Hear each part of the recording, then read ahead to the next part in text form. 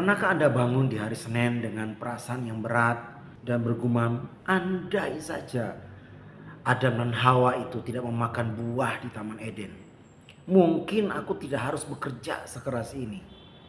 Banyak dari kita yang terbelenggu dengan mitos yang besar bahwa kerja adalah hukuman atas dosa yang dilakukan oleh manusia di Taman Eden. Tapi tahukah Anda bahwa Alkitab menceritakan kisah yang jauh berbeda? Dan mungkin ini akan mengubah cara pandangmu terhadap meja kerja kantormu atau tumpukan buku pelajaran Anda selamanya. Kerja adalah desain original. Mari coba kita lihat CCTV sejarah dalam Kejadian 2 ayat 15. Di sana tertulis, maka Allah membawa manusia itu dan menempatkannya di Taman Eden untuk mengusahakannya dan memelihara taman itu. Tunggu sebentar. Bukankah peristiwa ini terjadi sebelum adanya air mata, sebelum adanya konflik, sebelum adanya kejatuhan manusia dalam dosa? Itu berarti bahwa kerja merupakan mandat budaya yang diberikan oleh Allah kepada manusia sebelum adanya dosa. Hal ini mematahkan mitos bahwa kerja adalah sebuah hukuman atas dosa dan pelanggaran manusia. Lalu bagaimana seharusnya kita memandang kerja itu? Bapak Ibu, saudara-saudara yang saya kasihi, stop mengeluh tentang hari Senin. Seolah-olah di setiap hari Senin itu merupakan sebuah beban kerja yang berat dalam hidup kita. Tapi kita mau mengubah cara pandang kita bahwa kerja itu adalah mandat dari Allah bagi kita.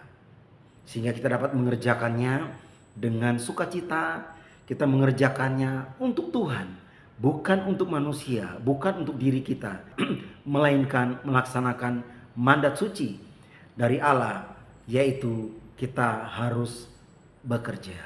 Cobalah untuk mengubah perspektif kita tentang kerja. Ubahlah cara pandang kita yang tadinya saya harus bekerja. Kita ubah bahwa saya terpilih untuk bekerja. Yang kedua, kerja adalah ibadah. Di belakang meja kita, apa yang kita lakukan, kita sedang beribadah kepada Tuhan. Sehingga kita dapat melaksanakan setiap pekerjaan kita dengan sungguh-sungguh. Kita tidak mencuri waktu, kita tidak mencari-cari kesempatan untuk melakukan hal yang lain, melainkan kita fokus bekerja. Karena apa? Kita bekerjanya untuk Tuhan, dan itu adalah bentuk ibadah kita kepada Tuhan. Tentu kalau kita beribadah kepada Tuhan, maka tidak mungkin kita melakukan hal-hal yang gak benar. Gak mungkin kita melakukan korupsi, gak mungkin kita melakukan pencurian, gak mungkin kita melakukan penipuan. Karena apa? Karena apa yang sedang kita kerjakan itu adalah ibadah kita kepada Tuhan. Dan yang ketiga, kerja itu adalah ekspresi kita dalam melayani sesama. Apapun yang kita kerjakan dan melalui apa yang kita kerjakan itu, Tuhan dimuliakan, tapi juga kita menjadi saluran berkat Tuhan bagi orang lain. Besok, mungkin bukan hari Senin, mungkin besok Selasa, Rabu, Kamis, ketika kita bangun di pagi hari, kita bangun dengan sebuah cara pandang yang baru. Saya terpilih untuk bekerja, bukan saya harus bekerja. Sehingga kita lebih semangat lagi untuk bekerja, karena hal itu kita lakukan sebagai bentuk ibadah kita kepada Tuhan. Selamat bekerja, dan biarlah melalui apa yang kamu kerjakan, nama Tuhan dipermuliakan. Bapak Ibu, jangan lupa follow supaya Bapak Ibu dapat belajar secara runtut, secara berurutan untuk memahami isu-isu penting dari Kejadian sampai Wahyu.